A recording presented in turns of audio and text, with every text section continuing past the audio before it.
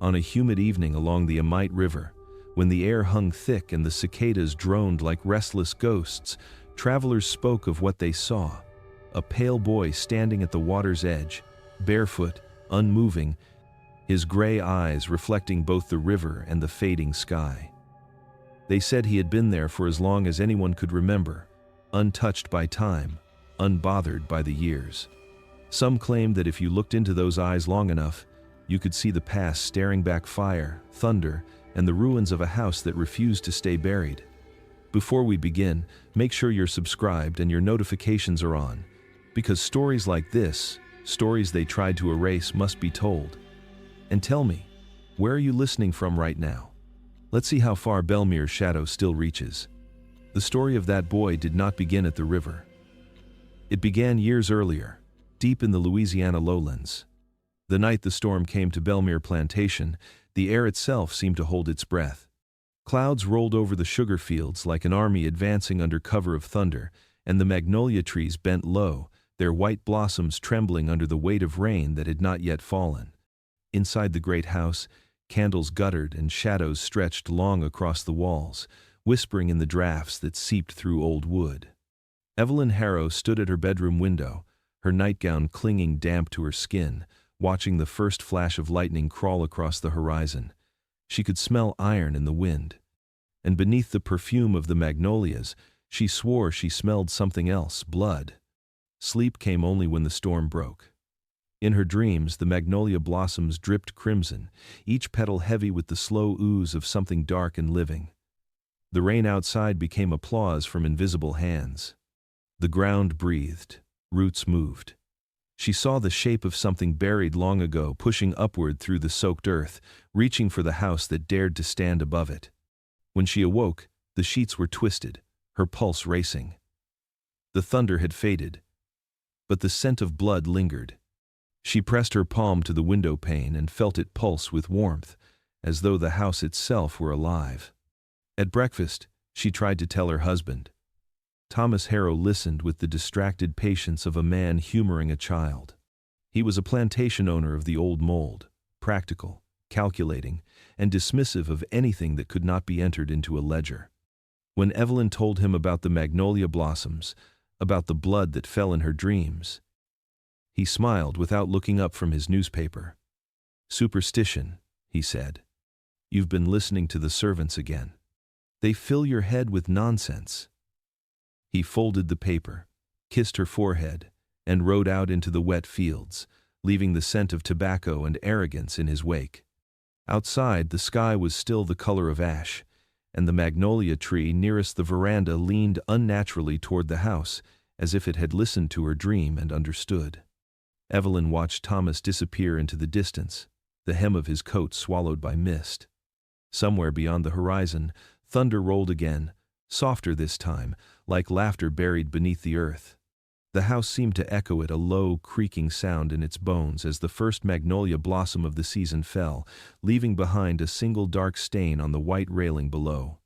Belmere stood on land that had never been meant to hold a house. Long before its white columns rose above the fields, before the sugar cane whispered secrets in the wind, the ground had been called something else by those who lived here first, a name that meant resting place. Generations later, that name was forgotten, paved over by deeds and documents that spoke of ownership, but the soil had a longer memory than men. It remembered the first blood spilled when surveyors marked boundaries with chains and iron stakes. It remembered the screams of the ones who refused to leave, whose bones fed the roots of the trees that now lined the drive like silent witnesses.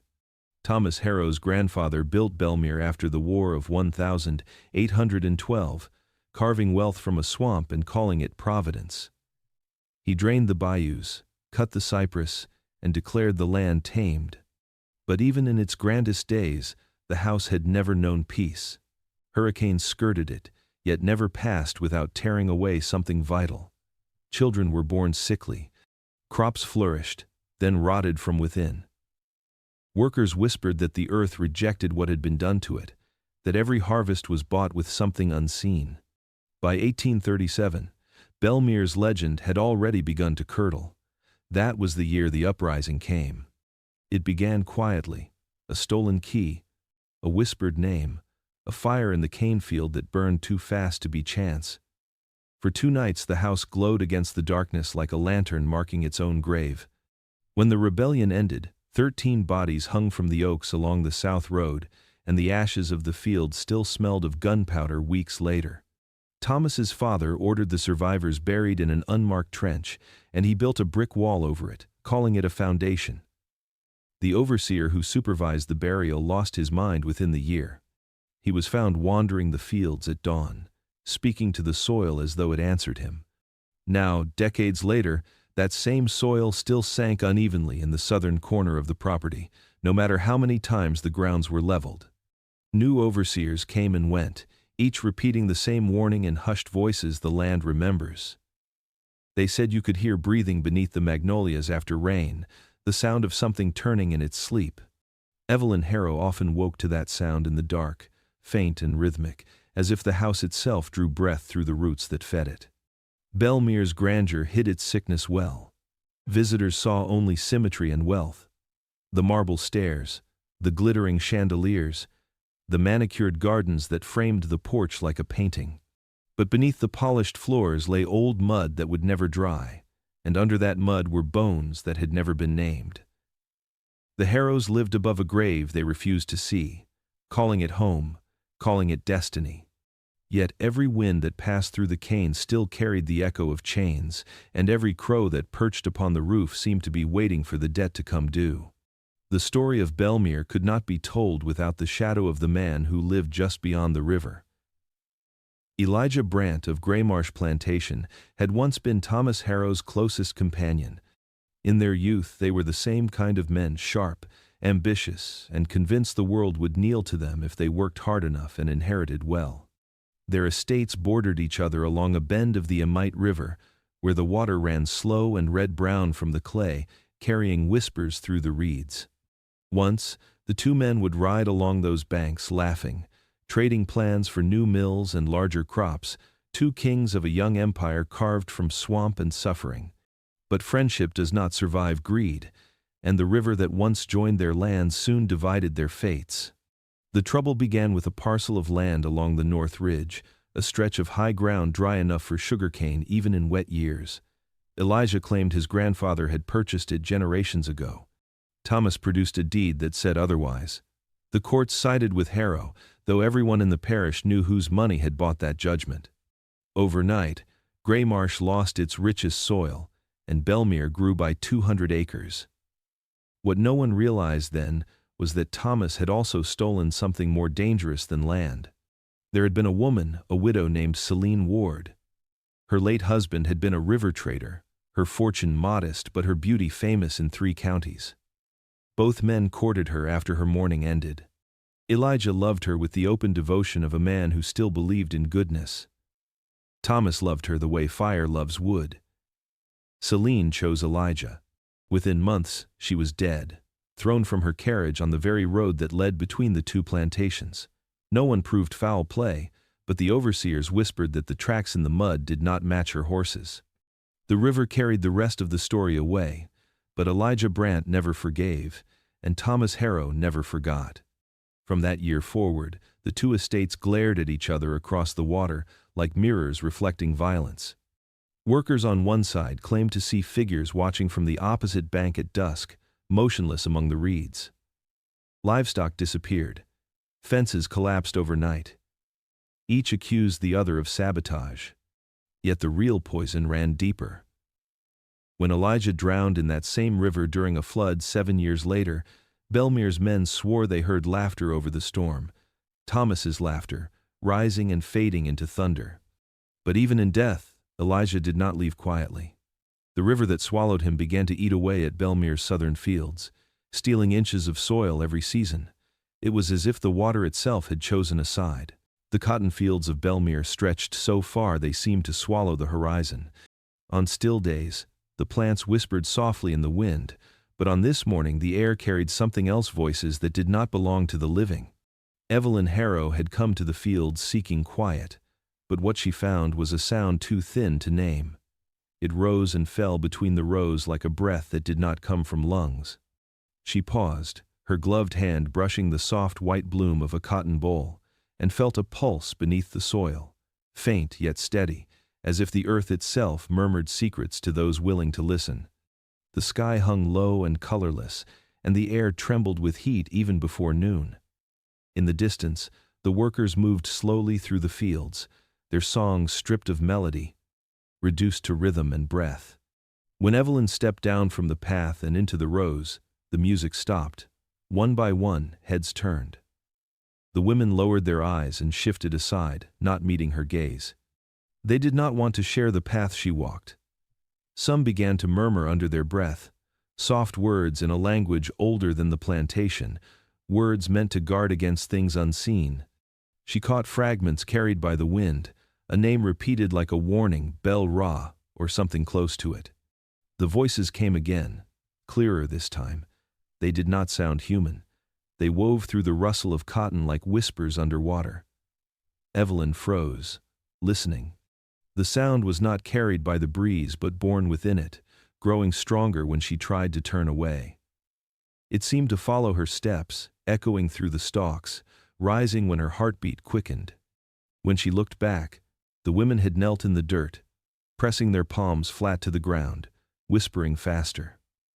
One of them held up a charm made of braided grass and bone and tossed it into the rows behind her. She wanted to call out, to ask what they heard, but her throat felt heavy, and her words would not come.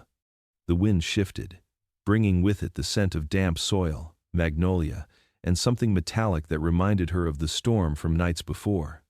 For a brief instant, she thought she saw movement between the rows, a figure passing silently through the cotton, pale and quick, vanishing before her eyes could focus. The air grew still again, heavy and watchful. When Evelyn finally turned back toward the house, the women began to hum low in unison, the kind of sound made not for beauty but for protection. Each note vibrated through the ground until the soil itself seemed to sing. She did not look back again, but she could feel the whispers trailing her all the way to the veranda, weaving themselves into her thoughts like threads she would never be able to untangle. The wind had found her name, and Belmere had learned to speak it. The summer heat lay heavy over Belmere, pressing against the windows like a living thing. The cicadas droned without pause, their endless song echoing through the cypress groves until it became a single unbroken hum that seemed to crawl beneath the skin. Evelyn Harrow sat near the window with her hands folded over her growing stomach, watching the magnolia branches sway in slow rhythm. Her reflection in the glass looked ghostly pale, her eyes hollowed by restless nights. The house no longer felt like hers. It felt like it belonged to something older, something patient that waited for her to understand the language it spoke through creaking boards and sighing curtains. When Adeline Duval arrived from the river road, the air in the room changed. She was a Creole woman of uncertain age, her face mapped with fine lines that looked carved by time rather than age.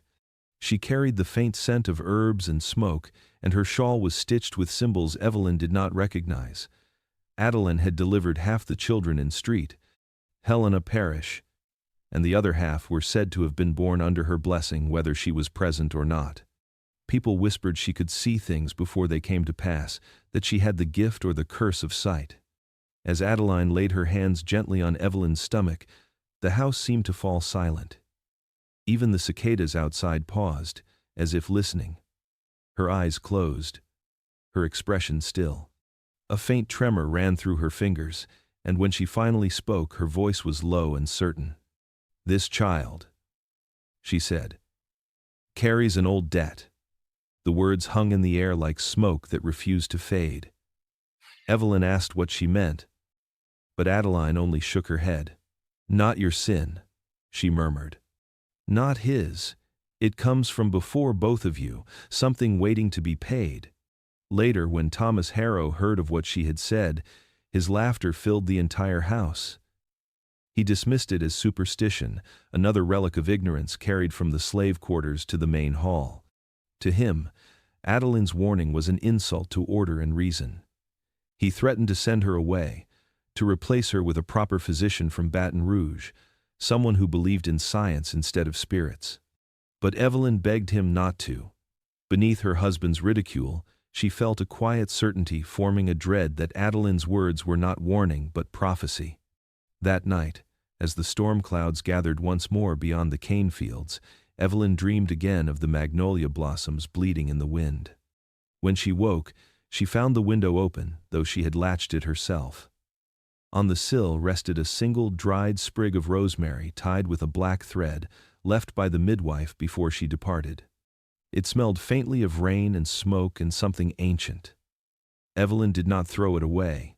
She placed it beneath her pillow, because deep down she understood what her husband refused to believe. Belmere had been built on debts, and sooner or later, every debt must come due. The night of the eclipse arrived without warning, sliding over the sky like a shadow, remembering where it belonged. The moon rose fat and red over the cane fields, staining the mist with a strange light that made everything appear both alive and dead at once. The air was unnaturally still.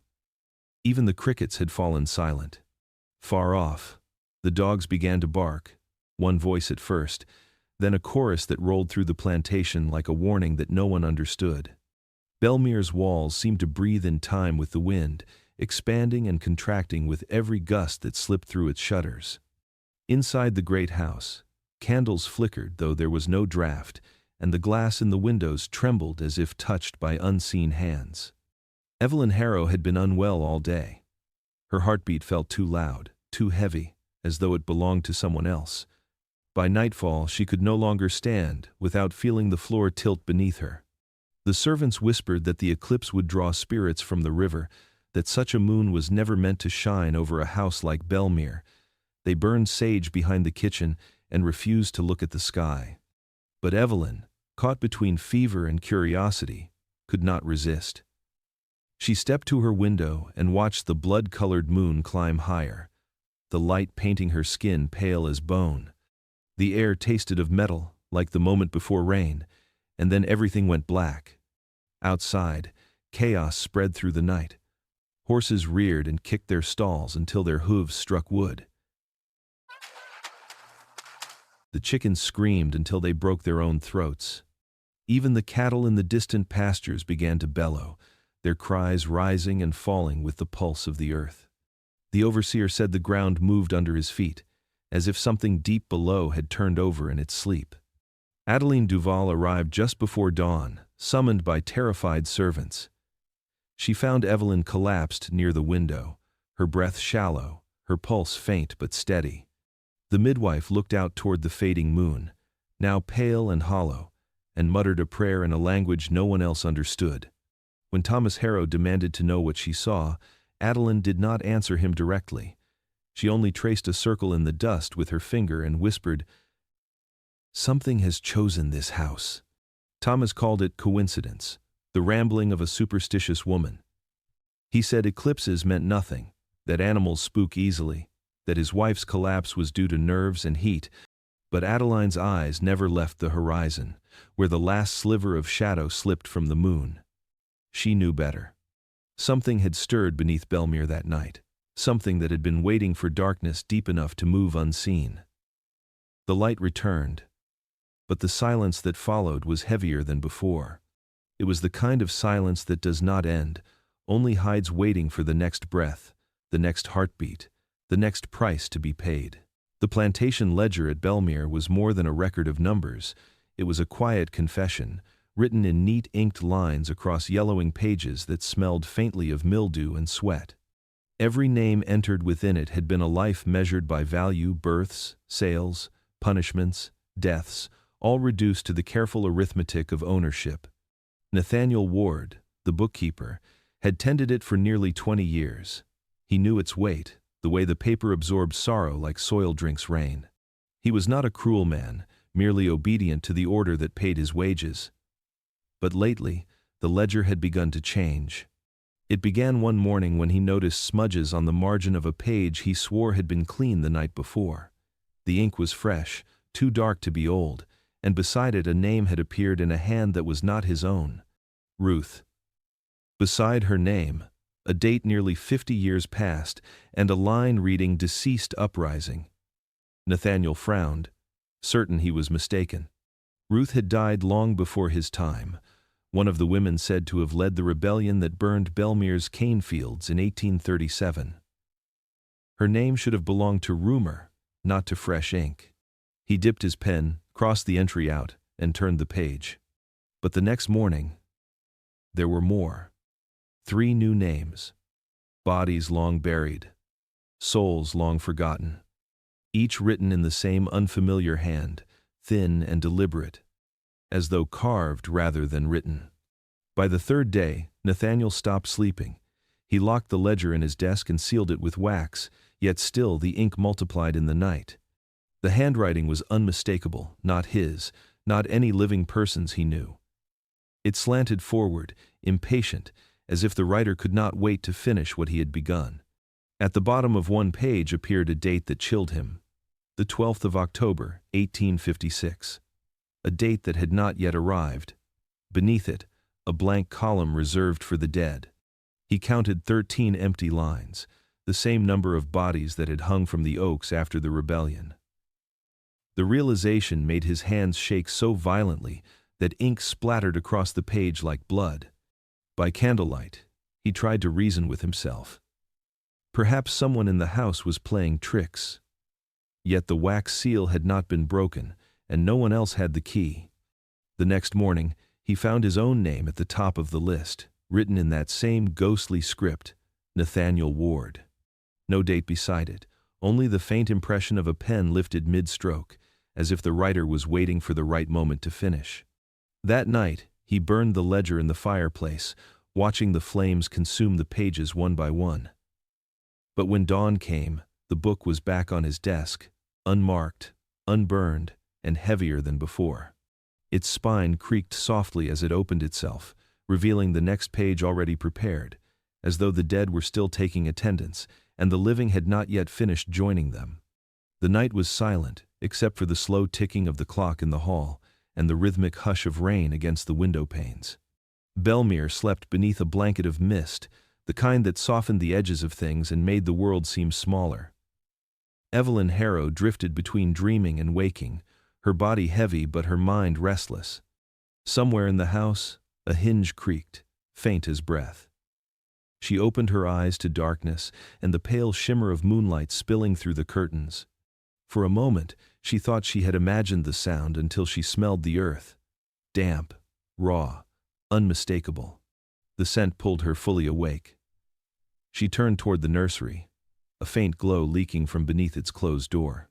The lamp she'd left dimmed hours ago should have gone out by now, but the light swayed as if disturbed by movement. A chill rippled through her as she pushed herself upright. Her feet met the cold floor, and she froze. A single muddy footprint rested beside the bed. Then another. They led from the nursery door to the foot of her bed, the shape distinct, the size small, too small for a man, too large for a child. The prints stopped just short of where she slept, as though something had stood there for hours watching. Her heart began to pound. She looked to the door, remembering that she had locked it herself. The brass key still hung from the latch inside. No one could have entered without waking her. She crossed the room and checked anyway. The lock held firm, the bolt secure. Yet the footprints glistened fresh under the moonlight, the mud dark and wet, leaving faint streaks on the wooden boards where something heavy had passed. She felt the air shift, cool and slow, as if something unseen exhaled behind her. The flame in the oil lamp flickered, bending toward the floor. Then came the faintest sound, a whisper, soft and distant, neither man nor woman. It carried no words, only the rhythm of breath, like someone murmuring a prayer into her ear. Evelyn turned sharply, but the room was empty. The light dimmed again, and for an instant she thought she saw movement in the nursery. Something pale, a shadow without form, slipping out of sight. By morning, the footprints had dried into faint gray smudges, but they did not fade completely. No amount of scrubbing could erase them. The servants refused to enter the room, crossing themselves when she spoke of it. The midwife said the house was beginning to remember. Evelyn said nothing, but that night, before she slept, she placed the rosemary charm Adeline had given her beside the bed. When the wind rose and the boards groaned, She whispered a prayer she didn't believe. Somewhere beyond the nursery door, the floor creaked once, like footsteps retreating into silence, patient and unfinished. The birth came with the storm, as if the sky itself tore open to bear witness. The air was thick with the smell of wet soil and candle wax, thunder shaking the window panes until the glass quivered like a living thing. The house had fallen into an anxious silence, the kind that precedes revelation or ruin. In the upstairs chamber, Adeline Duval worked by the light of a single candle, her hands steady, her eyes fixed on Evelyn Harrow, who drifted between pain and delirium. Outside, wind lashed through the magnolia trees, scattering blossoms like shreds of bone across the veranda. The moment the child's cry pierced the storm, Belmere seemed to hold its breath. Adeline lifted the infant into the lamplight, and for one terrible instant, she said nothing. The boy's skin was pale, paler than milk, pale like marble that had never felt the warmth of the Sunday, but it was his eyes that froze her. Gray, cold, and ancient, the exact shade of the Amite River on the morning Elijah Brandt's body had been pulled from it. Those eyes opened, steady and unblinking, as though the newborn had been waiting for this moment far longer than his own life. Evelyn reached for her son, her hands trembling, her body weak and spent. When she looked into those eyes, something in her heart stilled. There was love, yes, but beneath it ran an unease too deep to name. It felt like recognition. The same eyes had watched her once from across a parlor, from a face her husband could not mention without rage. The resemblance was unmistakable. By morning, the storm had passed, but the unease remained. The servants crossed themselves when they saw the child, whispering that no white baby should be born with river eyes. Some said he had been marked by the eclipse, others that he was a spirit returned. Adeline said nothing at all, though she refused to hand the infant back to Thomas Harrow when he entered the room. His boots left streaks of mud on the floor, and the moment he saw the child, the color drained from his face. For a heartbeat, he laughed a short, disbelieving sound that died before it became laughter at all. He stood over the cradle, staring at the child who bore the features of the man he had hated most. The man whose name had once been spoken only in anger. The man whose land he had stolen, whose wife had died under suspicious wheels, whose ghost still lingered in the waters behind Belmere. The resemblance was so perfect it might have been divine mockery. The room thickened with silence. That night, when the candlelight fell across the cradle, Evelyn saw the boy's eyes open again, silver gray in the darkness, watching her without blinking. Outside, the river rose higher against its banks, murmuring softly, as though welcoming something it had lost and reclaiming what had always been promised to it. The morning after the storm dawned pale and heavy, as though the sky itself had not yet decided whether to bless or condemn what Belmere had birthed. The house was quiet except for the slow dripping of rain from the eaves and the soft ticking of the grandfather clock in the hall. Thomas Harrow entered the bedchamber with his usual confidence, the kind that came from knowing everything within these walls belonged to him. The scent of blood and lavender still lingered in the air, mingled with something faintly metallic, something not quite human. Evelyn lay pale against the pillows, her hair clinging to her forehead, her body still trembling from the hours that had stolen her strength. Beside her, the newborn slept, small and silent, wrapped in a sheet that looked too white for this world. Thomas approached the cradle, a smirk curling at the corner of his mouth. For a moment he was simply a husband proud of his heir, the laughter already rising in his chest. He leaned closer, ready to boast of the boy's strong hands or the shape of his jaw that surely mirrored his own. But then the child's eyes opened. The laughter broke before it reached his throat. They were not the blue of his family line, nor the soft green of Evelyn's. They were gray, cold, and steady, the unmistakable eyes of Elijah Brandt. Thomas stepped back as if struck, the color draining from his face. The air in the room seemed to thicken, pressing against his lungs. Every memory he had tried to bury clawed its way up, the night Elijah had accused him of theft, the duel that never happened, the hatred that had festered between them like rot beneath polished wood. Those eyes had glared at him across courtrooms, across fields, across a river that refused to swallow the past. And now they stared up from the cradle, unblinking and newborn. Evelyn saw the change in him, the way his posture stiffened, the way silence replaced breath. She reached out as if to speak, but no explanation came. How could she explain what she did not understand herself? The resemblance was undeniable, too perfect to dismiss as coincidence. The weight of it filled the room until even the air seemed to tremble beneath it. Thomas turned toward her then, his expression hollow, his voice low and sharp. He wanted a reason, a truth that would make this thing in the cradle his. But Evelyn could offer none. Her lips parted, yet only silence escaped. Outside, a gust of wind slammed against the shutters, rattling them like bones. He left the room without another word, his footsteps echoing down the hall like a verdict. Behind him, Evelyn listened to the child's breathing, soft and even, and felt something colder than fear settle in her chest. The boy's eyes stayed open long after sleep should have claimed him, watching the doorway where his father had vanished, as if he already knew he had been born not into love, but into an ancient, unending war. By the end of that week, Belmere was no longer the same house. The walls that had once echoed with routine and order now seemed to hum with unease, as if they too felt the shifting balance inside them. The servants moved quietly through the halls, their eyes averted, their footsteps light upon the floors. It was not the cry of the newborn that unsettled them, nor the pale skin of the child, but the silence of the master. Thomas Harrow had always been a man of thunderous presence, his voice filling rooms, his laughter rolling through corridors, his commands sharp as cracked whips. But now, he moved like a storm that refused to break, his temper simmering in a silence that frightened everyone more than his rage ever had. Rumors spread first among the enslaved workers in the fields. They said the master no longer slept, that he wandered the veranda at night muttering to himself. They said he spoke to shadows, to someone unseen who walked beside him. In the kitchens, the women whispered that he had stopped touching food prepared by human hands. He claimed the silver dulled his appetite, that the plates carried poison. When one of them accidentally mentioned the name Brant while discussing a delivery from the neighboring county, Thomas struck the table so violently that the dishes leapt from it and shattered on the floor. He ordered the name never to be spoken again under his roof. Evelyn had retreated to the nursery, her world reduced to the quiet rhythm of her son's breath. She tried to believe that time would soften her husband's fury, that he would see the boy not as a reflection of his enemy but as blood of his own.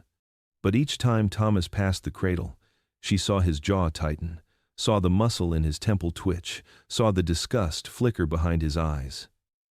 He never touched the child. Not once. By the third week, the rumors had become stories.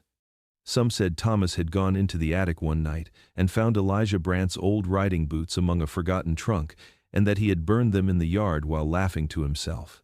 Others swore they heard him pacing his study, arguing with a voice that did not answer.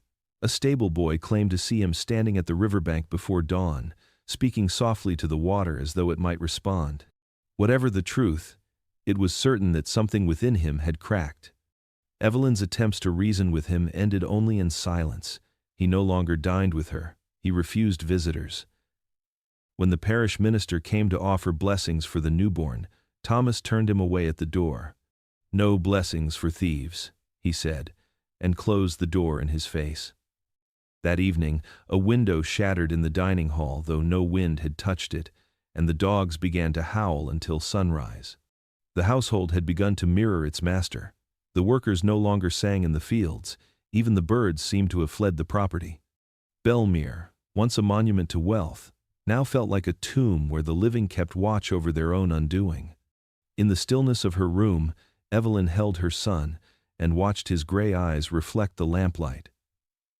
They did not seem like a child's eyes.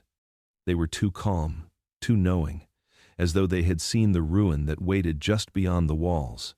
When thunder rolled across the horizon that night, it sounded to her not like a storm, but like laughter buried deep within the earth, mocking, patient, and far too familiar. Outside, the magnolia tree dropped its blossoms one by one, each landing with a soft, wet sound against the soil. And in the upstairs hall, where no one walked after dark, faint footsteps echoed across the boards, slow and deliberate, as if someone unseen was pacing the house, counting down the moments until the name forbidden in life would return to claim what was his in death.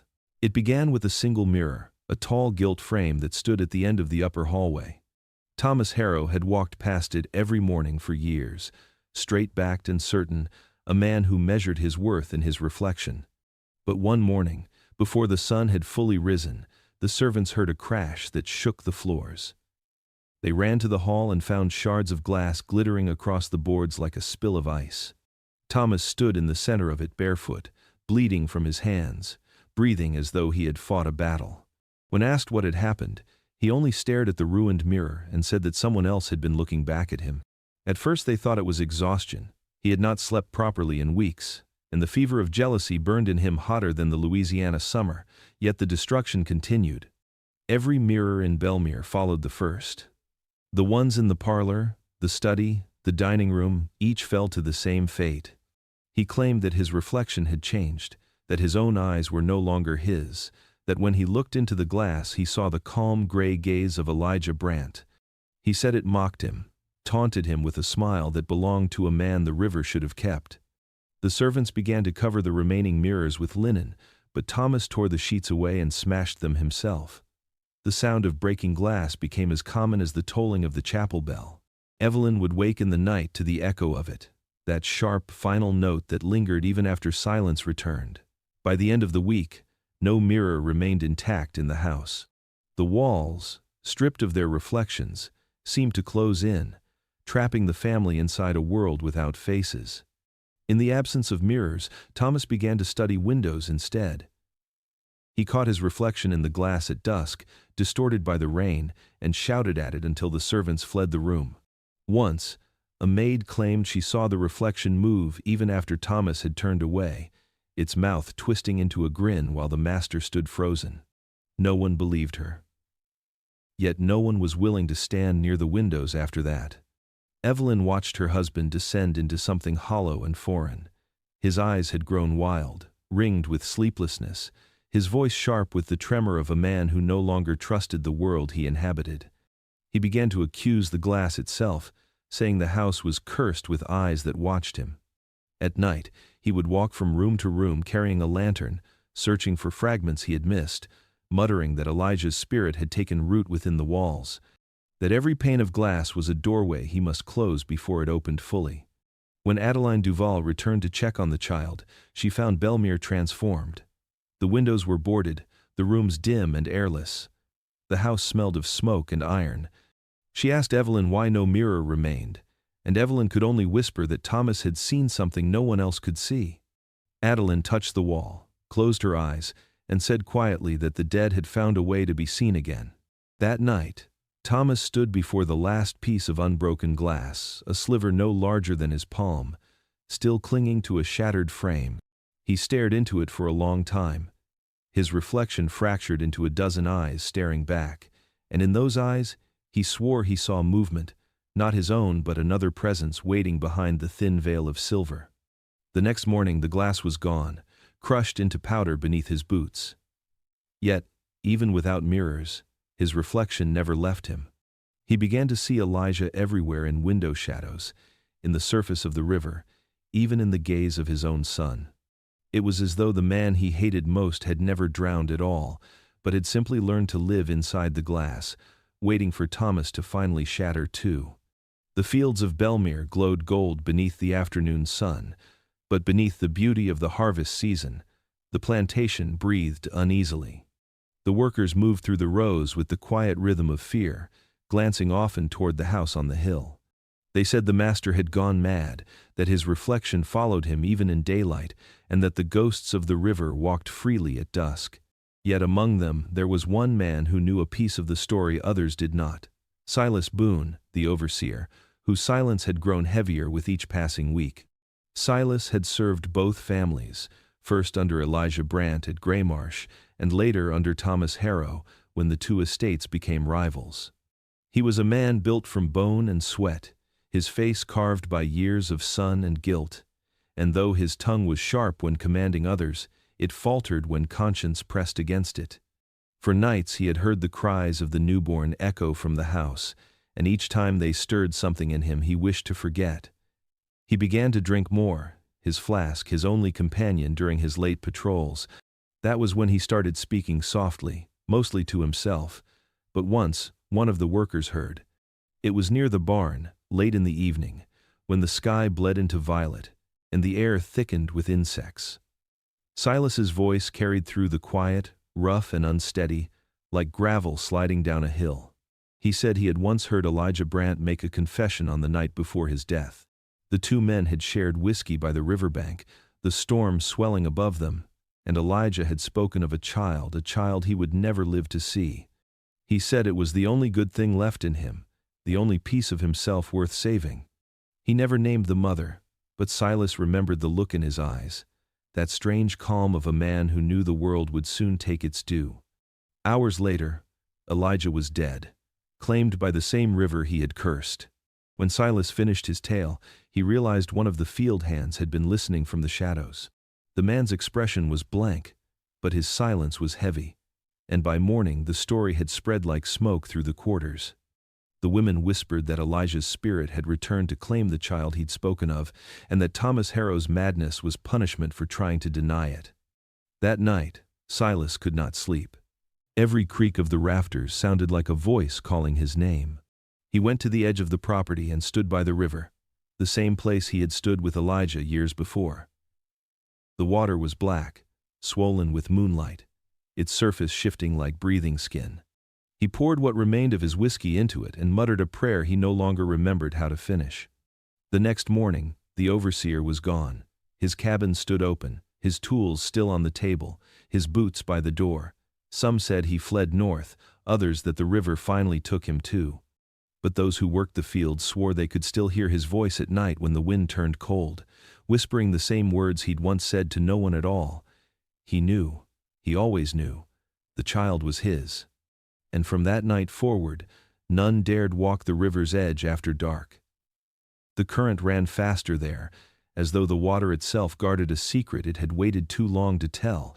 The rain returned to Belmere as if summoned by memory, steady and relentless, drumming against the windows like the ticking of some unseen clock. Days had blurred into nights, each hour weighted by silence and secrets. Evelyn Harrow moved through the nursery like a ghost of her own making, watching her child sleep beneath the faint glow of a single lamp. The boy's breathing was shallow, his small chest rising and falling in an almost delicate rhythm.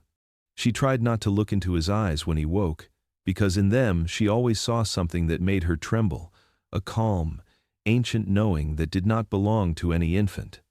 That evening, while the storm beat against the house, Evelyn noticed a draft slipping through the nursery wall near the cradle.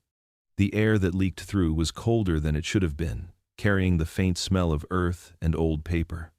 She pressed her hand against the wooden paneling, and it shifted slightly beneath her fingers.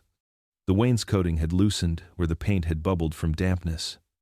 When she pulled at it, a small piece of molding came away, revealing a hollow space behind the wall. Inside was a thin parcel wrapped in decaying linen. Dust clung to her skin as she pulled it free, coughing softly as a century of neglect breathed out of the hollow. Within the cloth lay a letter sealed with wax the color of dried blood. The seal was cracked but intact enough for her to see the faint impression of a bird's wing pressed into it. The parchment was yellowed with age, the ink faded but legible. The date at the top made her heart stutter 9 months before the boy's birth. The name written beneath it froze her entirely. Elijah Brandt. The letter had been written by a woman, though the signature at the bottom was nothing more than an initial L. The handwriting was elegant but hurried, each word slanting forward as though it had been written in desperation. It spoke of love and of fear, of debts unpaid, and promises that could not be spoken aloud. "The child will carry both of you," one line read, "and through him, the river will remember." Evelyn read it twice, her pulse quickening with each sentence. The language was cryptic, almost prophetic, but there was no mistaking the meaning. Whoever L was, she had been carrying Elijah's child. The wind moaned against the windows as she folded the letter back into its wrapping. She could not breathe.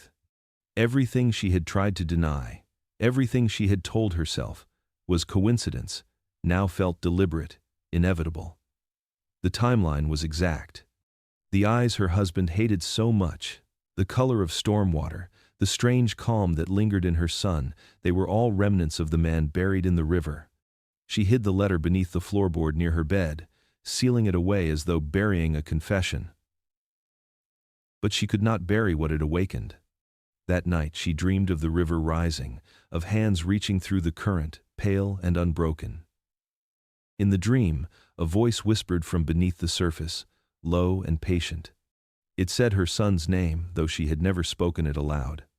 When Evelyn woke, the letter's scent lingered in the room, the faint, unmistakable fragrance of magnolia and smoke. She turned toward the cradle and saw her child awake, his gray eyes open in the dark, fixed on the very wall from which the letter had come. And for the first time, she realized that Belmere itself was listening, that the house had known all along what kind of blood ran beneath its roof, and that the past it had swallowed was beginning to stir, one secret at a time. The portrait had hung in the grand parlor of Belmere since the week the boy was born. It was meant to capture the illusion of peace, a family preserved in oil and varnish. Thomas Harrow standing proud beside his wife, Evelyn seated gracefully, their infant cradled in her arms. The artist, a quiet man from New Orleans, had spent 3 weeks capturing every fold of velvet, every glint of candlelight, every subtle expression of pride that Thomas demanded be immortalized. When it was unveiled, guests had praised its realism. Evelyn could not look at it without unease. Even then, the eyes of the child seemed too alive, too knowing, as if the painter had stolen more than likeness from the nursery. Months passed, and the portrait became part of the house's silence. Dust settled upon its frame, and the servants learned not to linger near it after dark. But one morning, as Evelyn passed through the parlor, something caught her attention, a glimmer in the corner of her vision. She turned toward the painting and froze. The child's eyes, once gray as river stone, now shimmered blue. For a long moment, she thought it was a trick of light, the reflection of sky through the window. Yet as clouds rolled across the sun, the color deepened, then shifted again back to gray, a cold, impossible gray that seemed to pulse with breath. From that day forward, no one could keep from glancing at the portrait. It drew the gaze like a wound draws a fly. Visitors felt watched. The servants crossed themselves when they dusted the frame, whispering that the baby in the painting blinked when no one was looking. Even Thomas noticed. He stopped dining in the parlor altogether, muttering that the artist had made mockery of his bloodline, that no Harrow child should bear the eyes of a man he despised. One night, in a rage, he threatened to burn the portrait. But Evelyn begged him not to, and he relented. Though he never entered that room again. Evelyn summoned the painter, desperate for explanation. He arrived pale and uneasy, claiming he had been plagued by dreams since leaving Belmere, dreams of water rising and a face beneath its surface, watching him work. When she showed him the portrait, he stepped back so quickly his chair fell behind him. He swore under oath that he had never used gray pigment. His paints had been blue, brown, green, and white, but never gray. He said the child's eyes had been blue when he left them. When Evelyn pressed him for answers, he whispered that something else must have finished the work after he was gone. That night, she covered the painting with a sheet. But the fabric did little to hide the feeling that it radiated a quiet attention, a subtle hum in the air like breath against her ear. In her dreams, the cloth lifted, and the painted infant stared back at her with the same shifting eyes, their color flowing like the river at twilight. When she woke, she found the sheet still in place, yet a small corner had come loose, revealing just enough of the portrait for the child's gaze to meet hers across the darkened room. By morning, the color had changed again. The eyes were no longer gray or blue, but something in between, a living color that moved when she blinked. The painter fled Belmere that day and never returned. But the portrait remained, and its eyes, whatever they were, kept watch over the house long after everyone inside had learned to stop meeting them. The air in late autumn carried a strange heaviness at Belmere. The fields had turned brown and brittle, the earth dry and hollow beneath the workers' feet. The cane no longer whispered. It rasped. Evelyn felt it too, the stillness that followed her wherever she went, as if the house and the land were waiting for something to happen. The boy had grown quiet in recent weeks, watching the world with the same unnerving calm that filled his father with disgust and his mother with fear. There was knowledge in his gray eyes, an old knowing that belonged to neither childhood nor innocence. It was that gaze that sent her searching for answers beyond the walls of the great house, into the corners where the truth was whispered rather than written. Ruth was the oldest soul on the plantation, a woman whose age had become rumor. Some said she had been born on the property long before Thomas Harrow inherited it, others that she had come with the Brant estate when the two families first quarreled. Her back was bent, her hands knotted from years of toil, but her eyes were sharp, bright as polished amber. When Evelyn found her near the smokehouse, tending a small fire that barely kept the chill away, Ruth did not seem surprised. She looked at her with the steady patience of one who has waited a long time to be asked the right question. The story came quietly, spoken between the crackle of wood and the sigh of wind through the trees. Ruth said, Elijah Brant had not died the way Thomas claimed. The official tale spoke of a duel gone wrong, a fall from a horse, a drowning in the flooded river. But Ruth had seen the truth. She said the river had not taken him first. It was the whip. She had been there when the overseer tied Elijah to the post, when Thomas stood watching with the satisfaction of a man settling an old score. The beating lasted until the sky itself seemed to darken, and when Elijah's body finally gave way, Thomas ordered him buried near the magnolia grove to keep the river from claiming him. But Ruth said the land had refused him.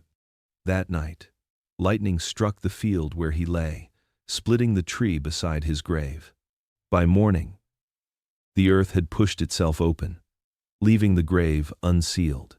Ruth said the others were too frightened to fill it again. They built the sugar mill over that spot, covering his bones with iron and fire, but the spirit never left.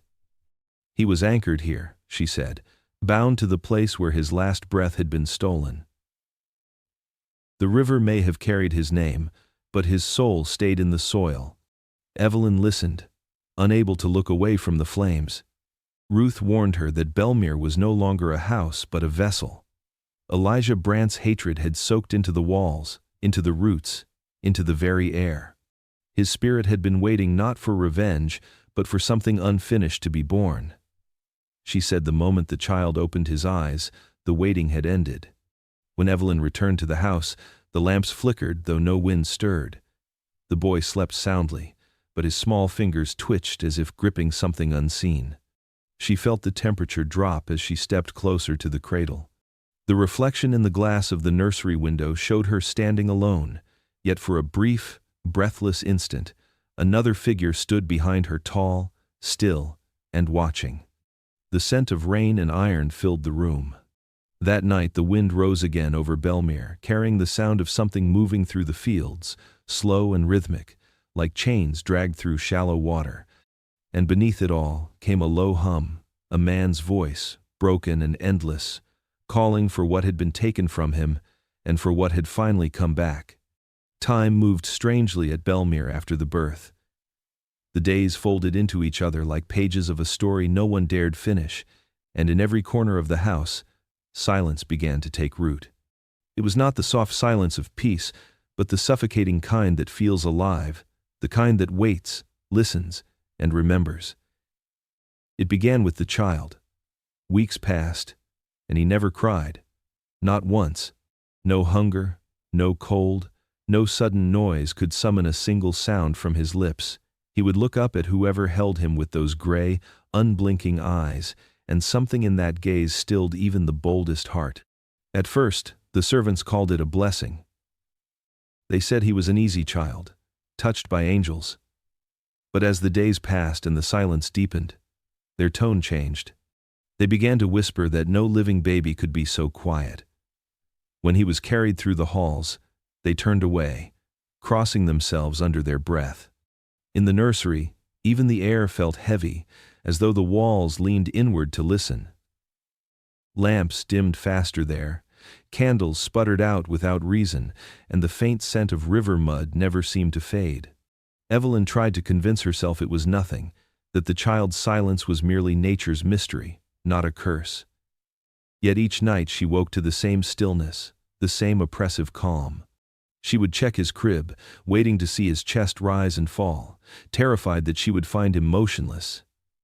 But every time she touched him, he was warm, alive, breathing, watching. Always watching.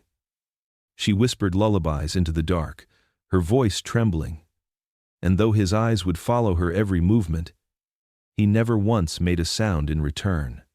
The rest of the house began to change with him. The dogs, once loyal and fearless, refused to enter the nursery. They stopped sleeping near the doors and instead lingered in the yard, howling through the night as if warning the world of what lay within. The horses grew restless, kicking at their stalls until blood streaked their legs. Even the birds that nested beneath the eaves disappeared, leaving only silence and the occasional echo of wings at dawn. Thomas avoided the nursery altogether. He said it reeked of sickness, of something unnatural. Evelyn knew the truth. He could not bear to look into those eyes again, to see reflected there what he had tried to bury in the river years ago. When he passed through the hall, he would not glance toward the door, as though acknowledging it might invite something out. One night, Evelyn awoke to find the child no longer in his crib. Panic clawed through her chest as she rose, searching the shadows.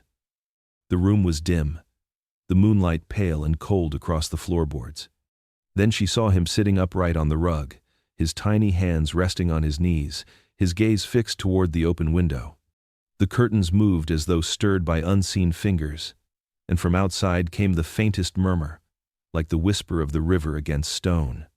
Evelyn gathered him into her arms, trembling, her heart beating so hard she thought the sound might fill the silence he carried. But even then, even pressed against her chest, he did not cry. His eyes opened wide, glinting silver in the moonlight, and for a moment she thought she saw her own reflection there, smaller and fainter than she should have been. By morning the window had been closed, but the floor beneath the crib was damp with water that smelled faintly of clay and salt. The servants said nothing, but they left offerings of salt and dried herbs at the threshold before nightfall. Belmere had grown used to strange things, yet none unsettled it more than the quiet of a child who would not cry because everyone knew, deep down, that something that never cried had no need to breathe, and something that did not need to breathe was not entirely of this world. The first chill of autumn crept into Belmere like a warning. The air no longer smelled of rain and magnolia, but of iron and decay, the scent that comes before something dies. The leaves turned too quickly that year, the trees shedding color as though the land itself wanted to bear its bones. The workers in the fields whispered of omens, 2 crows seen circling the roof at dusk, the dogs refusing to howl though the moon was full. Inside the house, Evelyn felt the seasons shifting not only in the wind, but in her own bones. Sleep came rarely, and when it did, it came thick with dreams she did not wish to see. It was on one of those gray mornings that Adeline Duval returned to Belmere. She appeared without warning, walking up the long road from the river, her shawl damp with mist and her expression grave. The servants saw her first and crossed themselves. None had forgotten her warning before the birth that the child carried an old debt. When she stepped onto the veranda, the lamps flickered as though the house itself recognized her. Evelyn met her in the doorway, her face pale from sleepless nights, her eyes hollow from the quiet terror that had settled around her child. Adeline's gaze went immediately to the nursery door. She did not have to ask. She said she had seen him in a dream. The vision had come 3 nights in a row, first as a shadow, then as a shape, and finally as the child himself standing over a river that glowed red beneath a blackened sky. In the dream, he did not cry or move. He only watched as the current turned dark with blood, and when she looked closer, she saw faces in the water, faces she recognized. The Harrows, the Brants, the overseers, the field hands, all of them drifting beneath the surface, their eyes open, their mouths closed. She had woken each night to the sound of rushing water outside her window, though her home stood miles from any river. Adeline told Evelyn that the child's silence was not natural. It was the silence of something that remembered before it was born, something ancient that had returned through flesh to finish what had begun long ago. She begged Evelyn to leave before the first frost, to take the boy north where the river could not follow. But Evelyn hesitated. Fear held her still. The house was her prison, and her husband its warden. When Thomas Harrow learned that the midwife had returned, his fury ignited like dry tinder.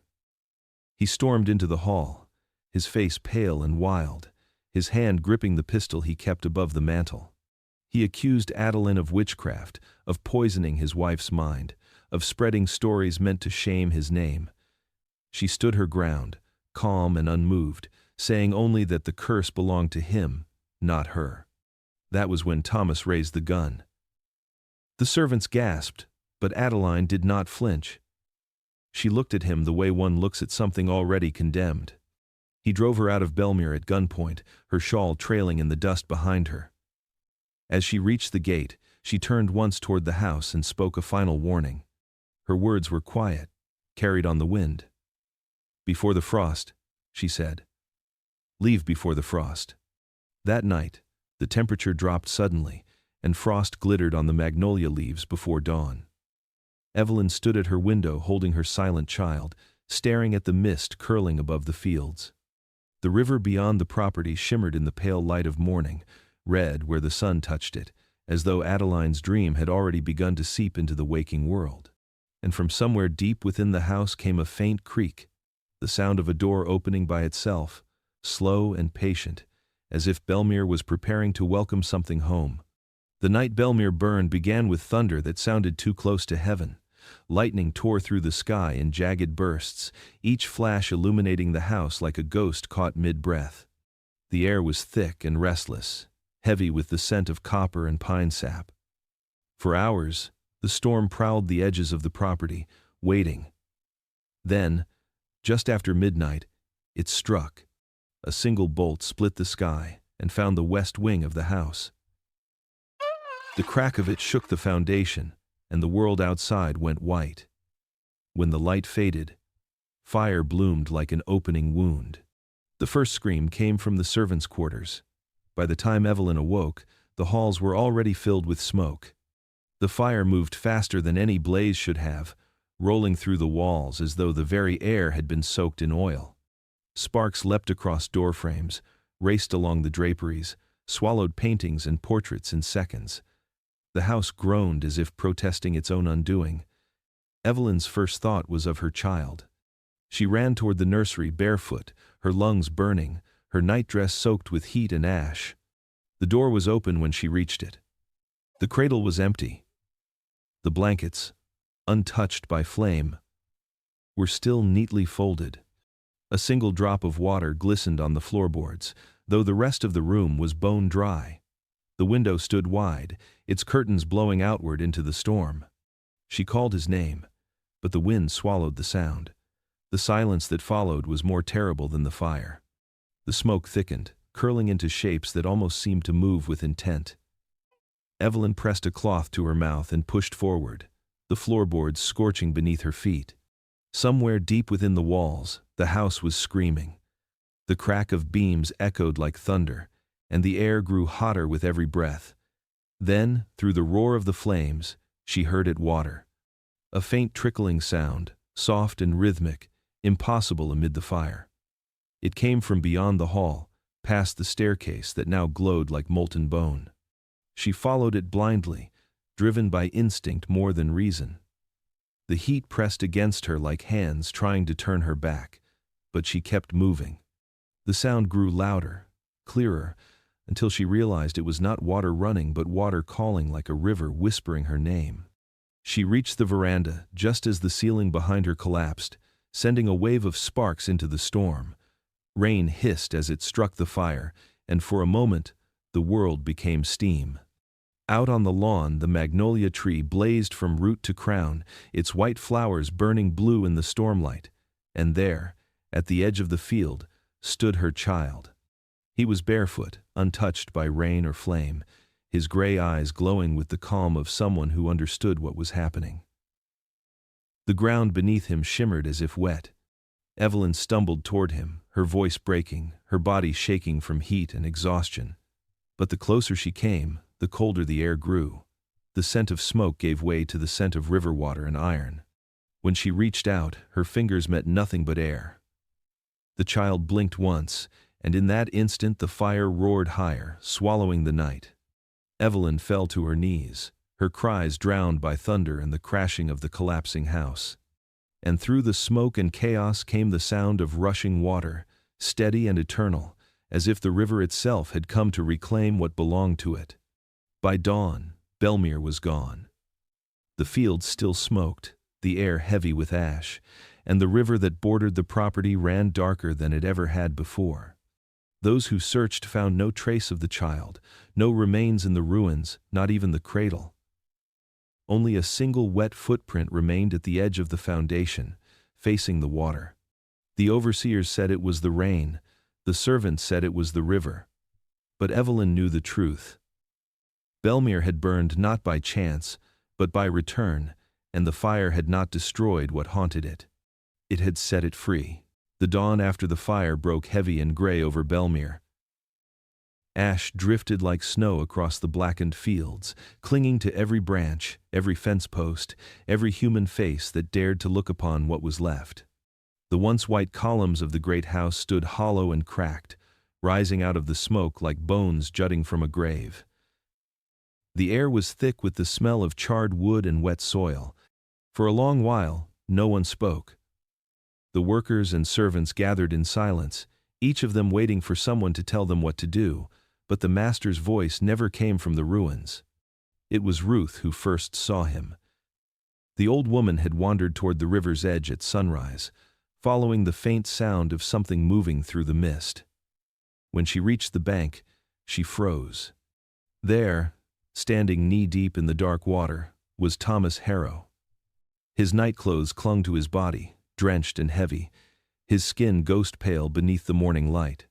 In his arms, he held the child. The boy did not move, but his eyes were open, wide and still, reflecting the pale sky above. The river lapped gently against them both, as though tasting the edges of its claim. The others approached slowly, afraid to speak. Thomas turned his head toward them, his face hollow and streaked with soot. His lips moved, but his voice came out hoarse, half prayer and half madness. He said that Elijah had come, that the river had spoken to him in the fire, and that he had heard his old enemy's voice calling his name through the smoke. He came for what was his, Thomas said, staring down at the child in his arms. His words trembled with conviction, as though he had seen something undeniable. Some of the workers tried to reach him, but he stepped further into the current. The water rose to his thighs, then his waist, swirling black around him. The baby's eyes never blinked. They seemed to follow the flow of the river, as if recognizing it. One of the women gasped and crossed herself, whispering that the child was breathing though his chest did not move. Another said the reflection in the water did not match the boy's face. It was older, sharper, and smiling faintly. The wind shifted, and the mist began to thin. From where they stood, the people on the bank could see something glimmer beneath the surface, a shimmer like metal or bone, too large to be fish, too constant to be illusion. The river seemed alive, its current swirling tighter around Thomas's legs. He looked down into it, as if waiting for a sign. For a heartbeat, the water went still. Then it surged upward, pulling him forward with such force that he nearly lost his footing. Those who watched swore they saw two shapes in the water, two shadows locked together, one struggling, one embracing. A man's voice echoed faintly across the surface, low and steady, impossible to tell whether it came from Thomas or from somewhere far below. When the current eased, Thomas stood alone again. The child was gone. He walked back toward the bank, his steps slow and uneven. His hands were empty. His eyes looked past everyone, unfocused, as though he was already seeing another place. "He has him now," he said softly. "It's finished." Then he collapsed on the shore, the river still clinging to his boots. By noon, the water had settled, calm and glassy, as if nothing had disturbed it. But those who lingered swore the current had changed direction, pulling not south toward the Gulf, but north toward the burned house. And as they left, they could still hear the faint sound of a child's laugh beneath the surface, light, distant, and echoing like a memory. The river had taken what was owed, and Belmere stood silent under its judgment. 3 days after the river took the child, Belmere still smoked like a dying fire. The sky hung low and colorless, pressing its weight on what remained of the house.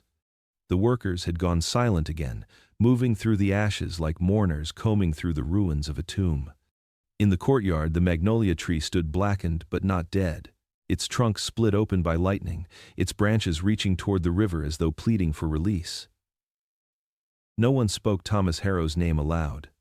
They said he stayed by the water day and night, that he had not eaten or slept since the morning he returned without the child. When he finally came back to what remained of the house, his eyes were hollow and distant, and his hands trembled as if the current still clung to them. On the 4th day, the sheriff rode in from Greensburg. His horse hesitated near the gates, pawing the ground, its nostrils flaring as though it smelled something unclean. He had been summoned not for the fire or the disappearance of the child, but for something even darker. A body had been found near the riverbank, face down among the reeds. The man's chest had been crushed, his neck twisted at an unnatural angle. Thomas Harrow stood beside him when the field hands found him, his pistol discarded in the mud. He swore that the man was Elijah Brant, that he had come back from the grave to take what the river had failed to keep. The sheriff saw at once that the corpse was not Elijah. The body belonged to a peddler who had passed through the parish weeks before, a man with the misfortune of sharing a resemblance with the ghost who haunted Thomas's mind. But reason had long since left the master of Belmere. He kept repeating the same words, his voice thin and cracked. He came back, he wanted the rest.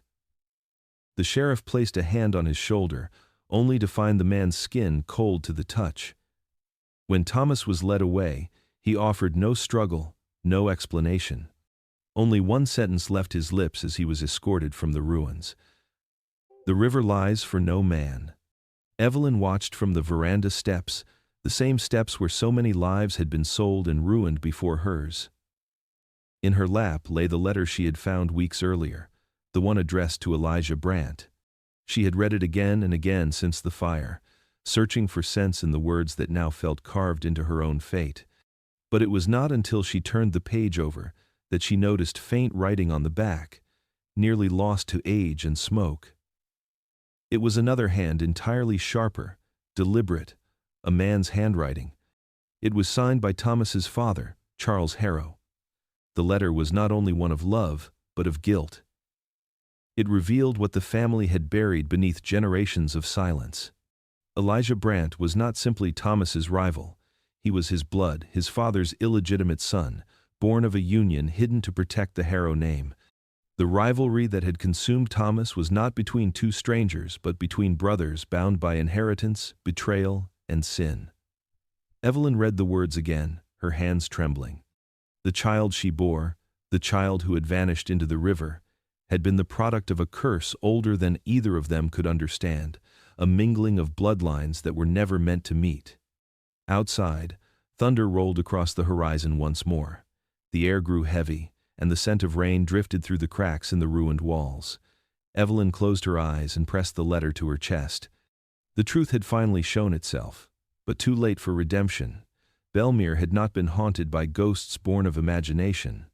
It had been haunted by the living sins of men who refused to see themselves reflected in their own blood. When the sheriff rode away with Thomas bound in the back of the wagon, the wind rose, stirring the ashes into the air. Some said they saw faces form within the smoke, one pale, one dark, both watching the departing cart until it vanished down the road.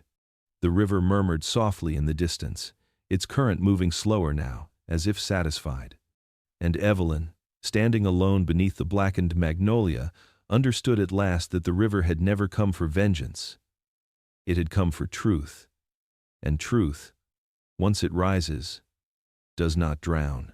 Winter came early to Street Helena Parish that year.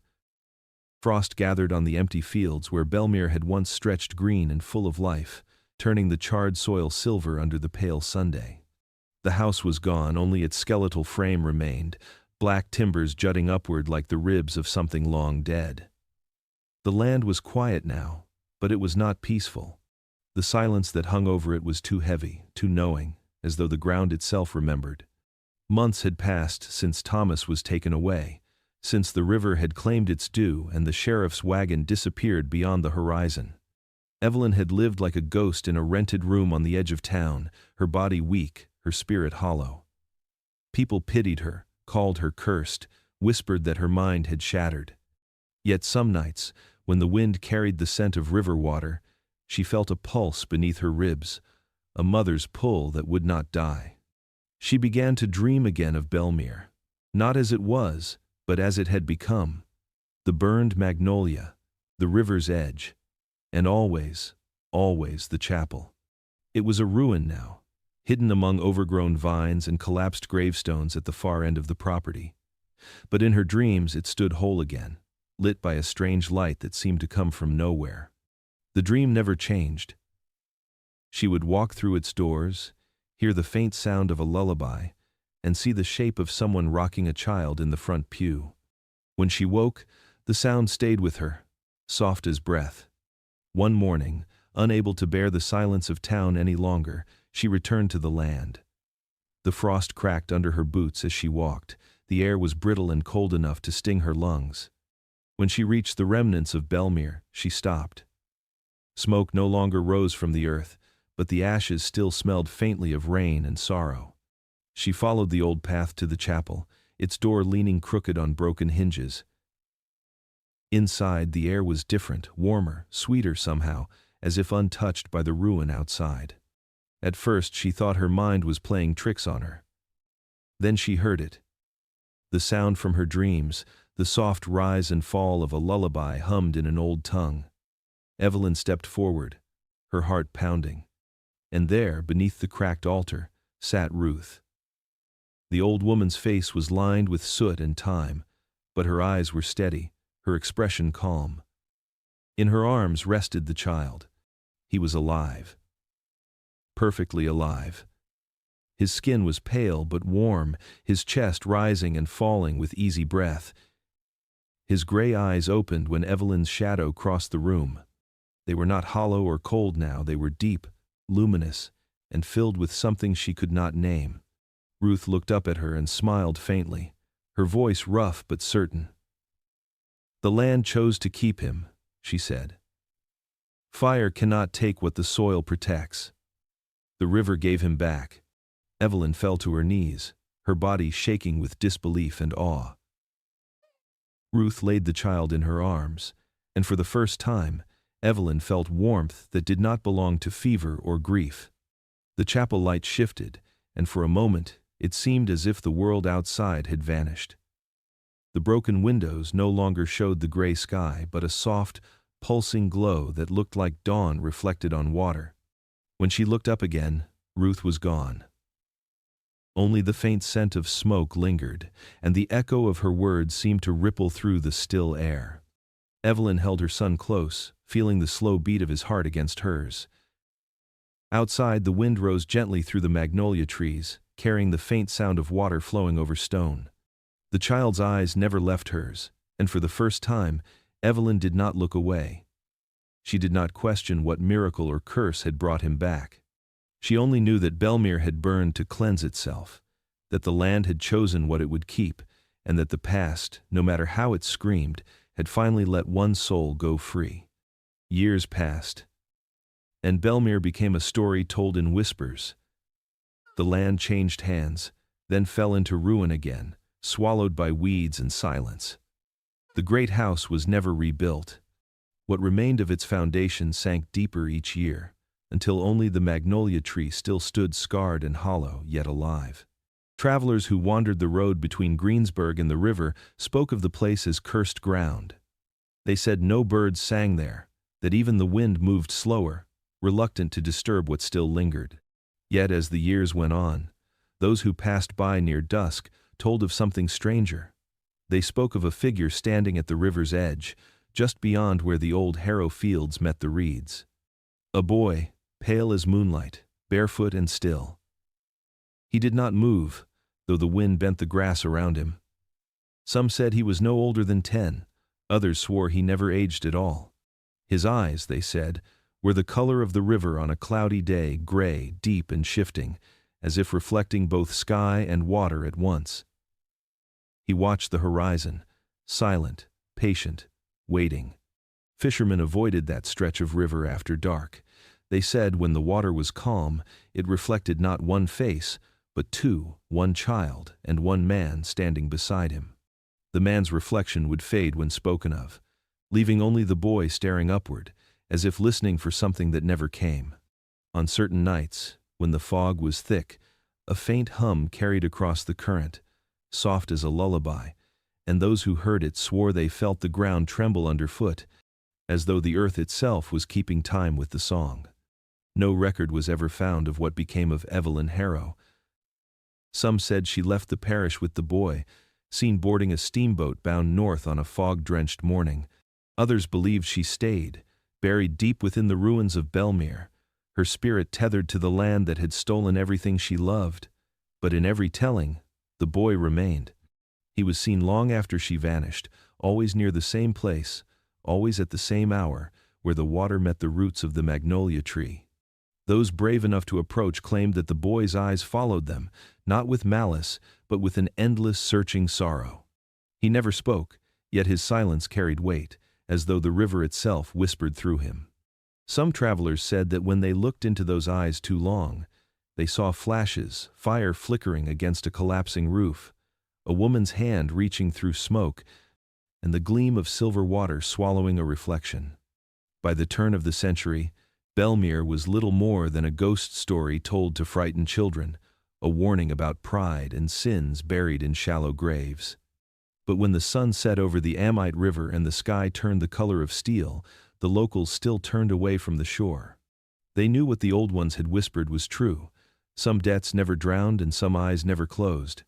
And so, on quiet evenings, when the last light fades and the river grows mirror still, there he stands, the pale boy, unmoving, his gray eyes fixed on the horizon.